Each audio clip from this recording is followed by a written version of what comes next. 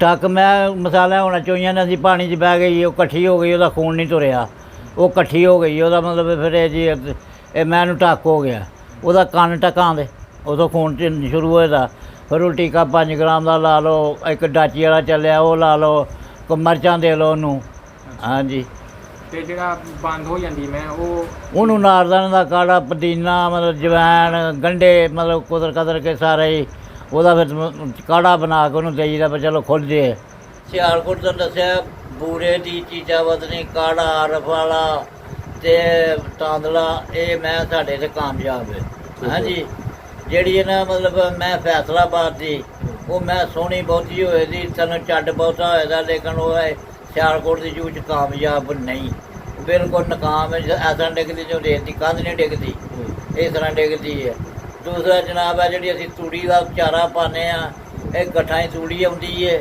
ਇਹਦੇ 'ਚ ਜਨਾਬ ਕਚਰਾ ਬੇਵਾ ਹੁੰਦਾ ਸਾਡੇ ਮਤਲਬ माल ख़राब हो गए ने ਇਹਦੇ ਨਾਲ बिस्मिल्लाहिर्रहमानिर्रहीम अस्सलाम वालेकुम व्यूअर्स, आप देख रहे हैं बिज़नेस इन्फो। मैं हूं बिलाल नज़ीर। आज एक और इंतहाई यहाँ वीडियो लेकर आपके पास आया हूं। आज की वीडियो में हम चाचा अकरम साहब से बात करेंगे। इनकी इंतहाई मुफीद बातें और कीमती बातों से आपको मुस्तफ़ीद करवाएंगे। बहुत वसी ये फॉर्म है और यहाँ पर पानी खड़ा है बारिशों की वजह से और आप देख सकते हैं कि कुछ मिट्टी का जो माहौल है वो भी दुरुस्त नहीं है। उसकी वजह से माज़रत चाहते हैं क्योंकि ये बारिशें हुई और उस वजह से यहाँ पे ये मामलात हैं। तो बहरहाल आज की वीडियो में हम आपको बताएंगे कि जानवरों की देखभाल कैसे की जानी चाहिए और बिलखसूस ये बताएंगे कि जानवरों के मसाइल क्या हैं, जानवरों की बीमारियां और जानवरों के मामलात और इनके ऊपर खर्च, वो इंशाल्लाह इस वीडियो में आपके साथ शेयर किया जाएगा। उम्मीद है आपको आज की वीडियो बहुत पसंद आएगी। अगर आपको ये आज की वीडियो पसंद आए इसको लाइक ज़रूर करें, इसको शेयर ज़रूर करें और हमारे चैनल को सब्सक्राइब कर दें। हमारी हौसला अफजाई के लिए बेल आइकन को भी दबा दें ताकि तमाम आने वाली वीडियोज़ आप तक वो भी पहुँचती रहें। अस्सलाम वालेकुम जी। वालेकुम अस्सलाम जी। चाचा जी की ना है तुहाडा? मेरा नाम कराम जी। इकराम साहब जी। चाचा जी किहड़ी जगह है? मेरा पिंड पुछदे हो जां इत्थों नहीं पुछदे हो? पिंड दसो तुहाडा किहड़ा है? पिंड मेरा गुजरांवाला सर। गुजरांवाला? गुजरांवाला। गुजरांवाले तो इत्थे आए हो जी। ते ए जी जगह भी किहड़ी जगह है? ਇਹ ਸ਼ੇਖਾਂ ਦੀ ਜਗ੍ਹਾ ਡਾਲੂ ਵਾਲੀ। सही हो गया। ਤੇ ਗੁਜਰਾਂਵਾਲੇ ਤੋਂ ਕਿਉਂ ਤੁਸੀਂ ਡੰਗਰ ਲੈ ਕੇ? ਮਤਲਬ ਬਾਰਿਸ਼ਾਂ ਬੁਰਸ਼ਾਂ ਪੈਂਦੀਆਂ ਨਾ ਤੇ ਉਹਦੇ ਸਾਡੇ ਮੂੰਜੀ ਲੱਗ ਜਾਂਦੀ ਹੈ तो सर जी कोई नहीं कोई चारा शारा लभदा तो फिर मतलब हर बंदा जिस तरह मिसाल है तो अमेरिका जाते ना लोग तो पैसा बहुत कमाइए असी भी अपने को इजाफा करना है सानू कोई 2 रुपये लभ जाना। अच्छा दस्यो कि तुसीं गुजरांवाले तो इस वास्ते आए हो कि उत्थे तुहानूं प्रॉपर जगह नहीं मिलती? पूरा जगह जिहड़ी है ना थोड़ी सी तो उसदी वजह नाल क्योंकि पानी ने इजाफा किया सी तो शेखां को लैके ना मतलब ये ला लो तुम भावें किराया देने 12 लक्ष्य रहना साड़ी जगह मालकी नहीं है। ठीक हो गया। हाँ जी। ते तुसीं ये दस्यो किन्नी देर तो डंगर रख रहे हो तुसीं? डंगर तो मैं बचपन तो ही रखना। और कोई काम नहीं कीता? नहीं कोई यही काम कीता? हाँ जी। ते ए दस्यो कि तुसीं इन्नी देर काम कीता है? हाँ जी। किहड़े किहड़े तुहाडे तजर्बात ने डंगरां दे हवाले नाल? डंगरां दा तजर्बा है ये कोई टक हो जाए उन्होंने को दे लो मिर्च मसाला दे लो उन्होंने टीका ला लो। हाँ जी। उन्होंने को मतलब बंद मैं हो जाती है उन्होंने नारदाने का काढ़ा दे लो उन्होंने मतलब जवैन का दे लो या मतलब विच कई अक्सर अल्लाह ने पैदा की कोई ना कोई इजाफा भी रखे। अच्छा। हाँ जी। कोई भी चीज़ है जिसकी भी अल्लाह ने पैदा की फायदा जरूर है जी अल्लाह ने बनाई है ना फायदा जरूर है बेकार नहीं अल्लाह ने बनाई। चाचा टक की शायद टक मैं मसाला होना चोइया ने असी पानी 'च बह गई वो इकट्ठी हो गई उसका खून नहीं तुरिया वो इकट्ठी हो गई ਉਹਦਾ मतलब फिर जी ਇਹ ਮੈਨੂੰ ਟੱਕ ਹੋ ਗਿਆ ਉਹਦਾ ਕੰਨ ਟਕਾਂ ਦੇ ਉਦੋਂ ਖੂਨ ਸ਼ੁਰੂ ਹੋਇਆ ਫਿਰ ਉਹ ਟੀਕਾ 5 ਗ੍ਰਾਮ ਦਾ ਲਾ ਲਓ ਇੱਕ ਡਾਚੀ ਵਾਲਾ ਚੱਲਿਆ ਉਹ ਲਾ ਲਓ ਮਿਰਚਾਂ ਦੇ ਲਓ ਉਹਨੂੰ। ਹਾਂਜੀ। ਤੇ ਜਿਹੜਾ ਬੰਦ ਹੋ ਜਾਂਦੀ ਮੈਂ ਉਹਨੂੰ ਨਾਰਦਾਨੇ ਦਾ ਕਾੜਾ ਪੁਦੀਨਾ ਮਤਲਬ ਜਵੈਣ ਗੰਢੇ ਮਤਲਬ ਕੁਦਰ ਕੇ ਸਾਰੇ ਹੀ ਉਹਦਾ ਫਿਰ ਕਾੜਾ ਬਣਾ ਕੇ ਉਹਨੂੰ ਦੇਈਦਾ ਪਰ ਚਲੋ ਖੁੱਲ੍ਹ ਜੇ ਹਾਜ਼ਮੇ 'ਚ ਸਾਨੂੰ ਸ਼ਾਮ ਨੂੰ ਇੱਕ ਮੇਜਾ ਖਰਾਬ ਹੋ ਜਾਂਦਾ डॉक्टर तुहानूं कैप्सूल देना पर तुसीं खा लो सवेरे तुहाडे पेट की सोजन लस जाएगी। ਉਹ ਨਾਰਦਾਣੇ ਦਾ ਕਾੜਾ ਬਣਾਉਣ ਦਾ ਤਰੀਕਾ ਦੱਸੋ ਤਾਂ ਵੀ ਦੱਸੋ ਕਿ ਇਸ ਟਾਈਮ ਦੇਈਦਾ ਤੇ ਕਿੰਨਾ ਦੇਈਦਾ? ਉਹ ਜਨਾਬ ਨਾਰਦਾਨਾ ਤੁਸੀਂ ਅੱਧਾ ਕਿਲੋ ਲੈ ਲਓ ਇੱਕ ਮੈਨੂੰ ਟੱਕ ਹੋ ਗਿਆ ਉਹਨੂੰ ਹਾਜ਼ਮਾ ਦਰੁਸਤ ਨਹੀਂ ਉਹਦੇ 2-4 ਪੇਟੀਆਂ ਪੁਦੀਨੇ ਦੀਆਂ ਪਾ ਲਓ ਉਹਦੇ ਜਵੈਣ ਪਾ ਲਓ ਗੰਢੇ ਕੋ ਜਿਹੜੇ ਮਿੱਠੇ ਨੇ ਕੋ ਕੁਦਰ ਕੇ ਪਾ ਕੇ ਉਹਦੇ 4 ਸਿਰ ਪਾਣੀ ਪਾ ਕੇ ਉੱਤੇ ਸੜ ਕੇ 2 ਕਿਲੋ ਰਹਿ ਜੇ ਵਿੱਚ ਅੱਧਾ ਕਿਲੋ ਗੁੜ ਪਾਓ ਉਹ ਇਨਸ਼ਾਅੱਲਾ ਦਿਓ तो ਉਹਦੇ ਨਾਲ ਮਤਲਬ ਮੈਂ ਜਿਹੜੀ ਹੈ ਉਹਦਾ ਜੀ ਕਿੰਨੇ ਦਿਨ ਦਈਏ? ਇੱਕ ਦਿਨ ਛੱਡ ਕੇ ਇੱਕ ਦੂਸਰੇ ਦਿਨ ਦੇ ਲਓ ਨਾਲ ਉਹ ਨਾਲ ਹਫ਼ਤਾ ਦੇਈਦਾ? ਹਫ਼ਤਾ ਪੂਰਾ ਥੋੜਾ ਸਰਦੀ ਦੇਣਾ, 1-2 ਦਿਨ ਦੇਈਦਾ ਜਦੋਂ ਮੈਂ ਪੱਠੇ ਖਾਣ ਲੱਗ ਪਏ ਠੀਕ ਹੋ ਜਾਂਦੀ ਹੈ। ਹਾਂ ਅੱਛਾ, ਤੇ ਜਿਹੜਾ ਇਲਾਜ ਕਰਦੇ ਹੋ ਆਪ ਹੀ ਕਰਦੇ ਹੋ ਦੇਸੀ? ਦੇਸੀ ਤੇ ਅਸੀਂ ਆਪ ਹੀ ਕਰਨੇ, ਜ਼ਿਆਦਾ ਇਲਾਜ ਕਿੱਥੋਂ ਕਰਾਉਂਦੇ ਹੋ? ਆਪ ਹੀ ਕਰਦੇ ਹੋ? ਆਪ ਹੀ ਕਰਨੇ, ਆਪ ਹੀ ਕਰਨੇ। ਹੋਰ ਕਿਹੜੇ ਕਿਹੜੇ ਇਲਾਜ ਕਰ ਲੈਂਦੇ ਹੋ ਆਪ ਹੀ? ਇਲਾਜ ਡਾਕਟਰ ਸਰ ਜੀ ਇਹ ਹੀ ਹੈ, ਮਤਲਬ ਜਿਹੜੀ ਕੋਈ ਟੱਕ ਕਤੇ ਜਾਂ ਕੋਈ ਮੈਂ ਬੰਦ ਹੋ ਜਾ। ਅੱਛਾ, ਇਹ ਦੱਸਿਓ ਕਿ ਤੁਸੀਂ ਕਿੰਨੇ ਬੰਦੇ ਸੰਭਾਲ ਰਹੇ ਹੋ ਮੱਝਾਂ? ਅਸੀਂ ਜੇ 5-7 7 ਬੰਦੇ ਹੋ ਜੀ। ਇਹਨਾਂ ਚੋਂ ਲਹਿਰੀਆਂ ਕਿੰਨੀਆਂ ਨੇ, ਦੂਜੀਆਂ ਕਿੰਨੀਆਂ? ਲੈਰੀਆਂ ਵੀ ਕੋਈ 8-7 ਹੁੰਦੀਆਂ, ਕੋਈ ਖਾਂਗੜੀਆਂ ਖੁੰਗੜੀਆਂ ਨੇ, ਕੋਈ ਗੱਬਣਾ ਨੇ, ਐਸਾ ਨਹੀਂ ਰਲਿਆ ਮਿਲਿਆ ਮਾਲ ਹੈ। ਤੇ ਟੋਟਲ ਕਿੰਨੀਆਂ ਜੇ?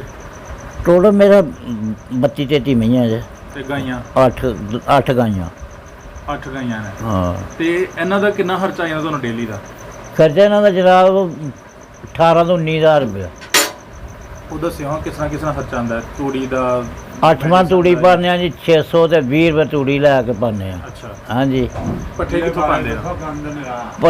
ਪੱਠੇ ਜਿਹੜੇ ਕਦੇ ਮਤਲਬ ਬਾਹਰੋਂ ਪੈੜੀ ਛਾੜੀ ਚੋਂ ਲੈ ਲਈਏ ਤਾਂ ਉਹਦੇ ਵਿੱਚ ਛੱਡ ਲਈਦੇ ਨੇ, ਵੱਡੇ ਤਾਂ ਸਾਡੇ ਕੋਲ ਜਾਂਦੇ ਨਹੀਂ। ਸਹੀ ਹੈ। ਹਾਂਜੀ, ਤੇ ਤਕਰੀਬਨ 13-14,000 ਰੁਪਏ ਦਾ ਵੰਡੀ ਭਾਸ਼ੜੀ ਦਾ।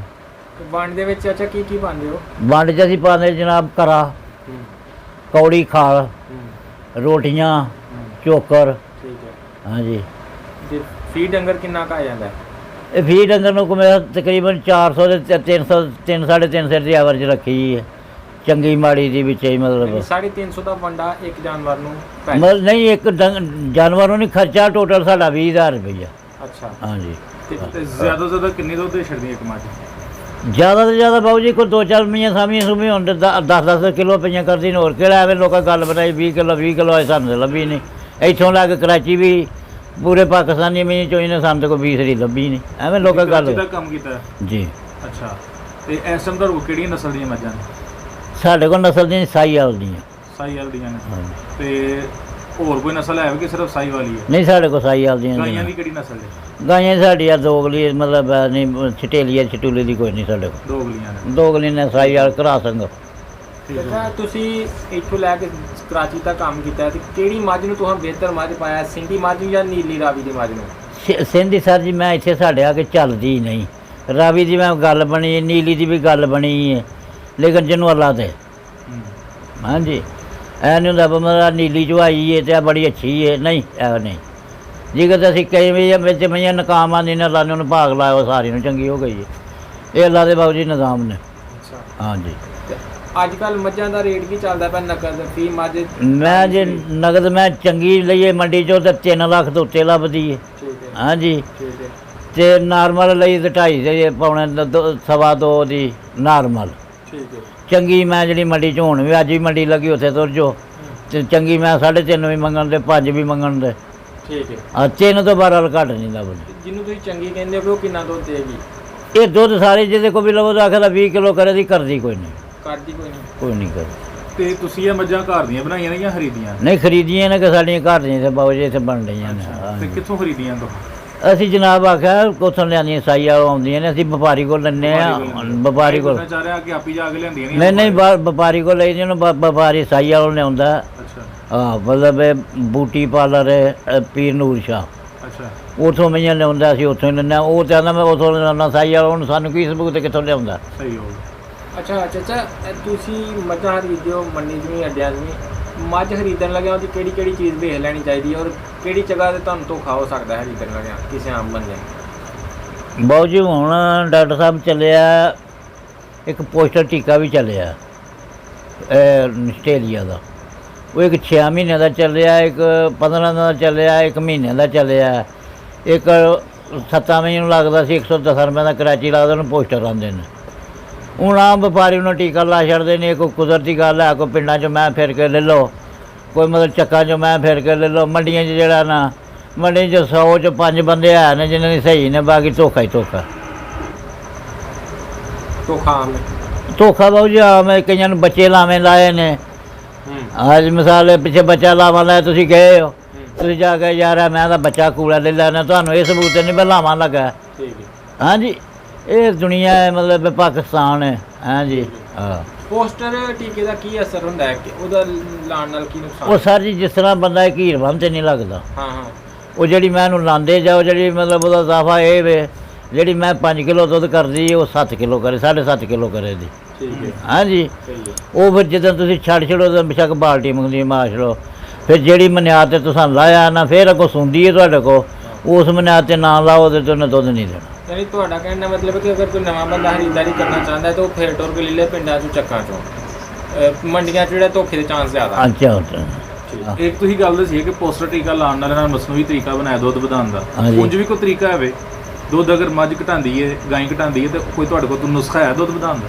ਨਹੀਂ ਸਾਡੇ ਕੋਲ ਕੋਈ ਨਹੀਂ। ਤੇ ਕੀ ਮਤਲਬ ਪਾਉਂਦੇ ਹੋ ਦੁੱਧ ਵਧਾਉਣ ਵਾਸਤੇ ਜਾਂ ਪੱਠਿਆਂ ਤੇ ਚਲਾਉਂਦੇ ਹੋ ਕੰਮ? ਅਸੀਂ ਬਹੁਤ ਜਿਹਾ ਵੰਡ ਜ਼ਰੂਰ ਪਾਉਂਦੇ ਜੇ ਮਤਲਬ ਪੱਠੇ ਪਾਉਂਦੇ ਜੇ ਸਾਨੇ ਜੇ ਕਦੇ ਪੋਸਟਰ ਲਾਇਆ ਅੱਛਾ ਨਹੀਂ ਮਤਲਬ ਅਸਾਂ ਕਿਹੜੀਆਂ ਵੇਚਣੀਆਂ ਹੁੰਦੀਆਂ ਨੇ ਹਾਂਜੀ ਅਸੀਂ ਇਹਨਾਂ ਦੀ ਮਿਹਨਤ ਕਰਨੀ ਹੈ। ਸਹੀ ਹੈ। ਚਾਚਾ ਜੀ ਕੋਈ ਅਹਿਮ ਗੱਲ ਦੱਸਿਓ ਜਿਹੜੀ ਤੁਸੀਂ ਉਹਨਾਂ ਲੋਕਾਂ ਨੂੰ ਦੱਸਣਾ ਚਾਹੋ ਗੁਰ ਦੀ ਗੱਲ, ਜਿਹੜੇ ਲੋਕ ਡੰਗਰ ਪਾਲਣਾ ਚਾਹੁੰਦੇ ਨੇ ਕਿ ਉਹਨਾਂ ਨੂੰ ਕਿਹੜੀਆਂ ਚੀਜ਼ਾਂ ਦਾ ਇhtiyat ਰੱਖਣੀ ਚਾਹੀਦੀ ਹੈ ਔਰ ਉਹਨਾਂ ਨੂੰ ਕੀ ਕਰਨਾ ਚਾਹੀਦਾ ਅਗਰ ਉਹ ਡੰਗਰਾਂ ਦਾ ਕਾਰੋਬਾਰ ਕਰਨਾ ਚਾਹੁੰਦੇ ਨੇ ਤੇ ਅਹਿਮ ਕੋਈ ਗੱਲ ਦੱਸਿਓ।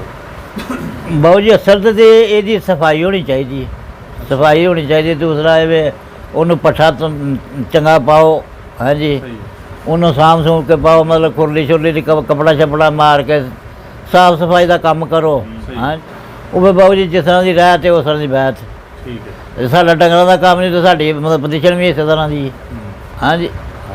ਠੀਕ ਹੈ ਦਾਦਾ ਜੀ ਮਿਹਰਬਾਨੀ ਬਹੁਤ ਸ਼ੁਕਰੀਆ ਜੀ। ਅਸਲਾਮ ਵਾਲੇਕੁਮ। ਵਾਲੇਕੁਮ ਸਲਾਮ ਜੀ।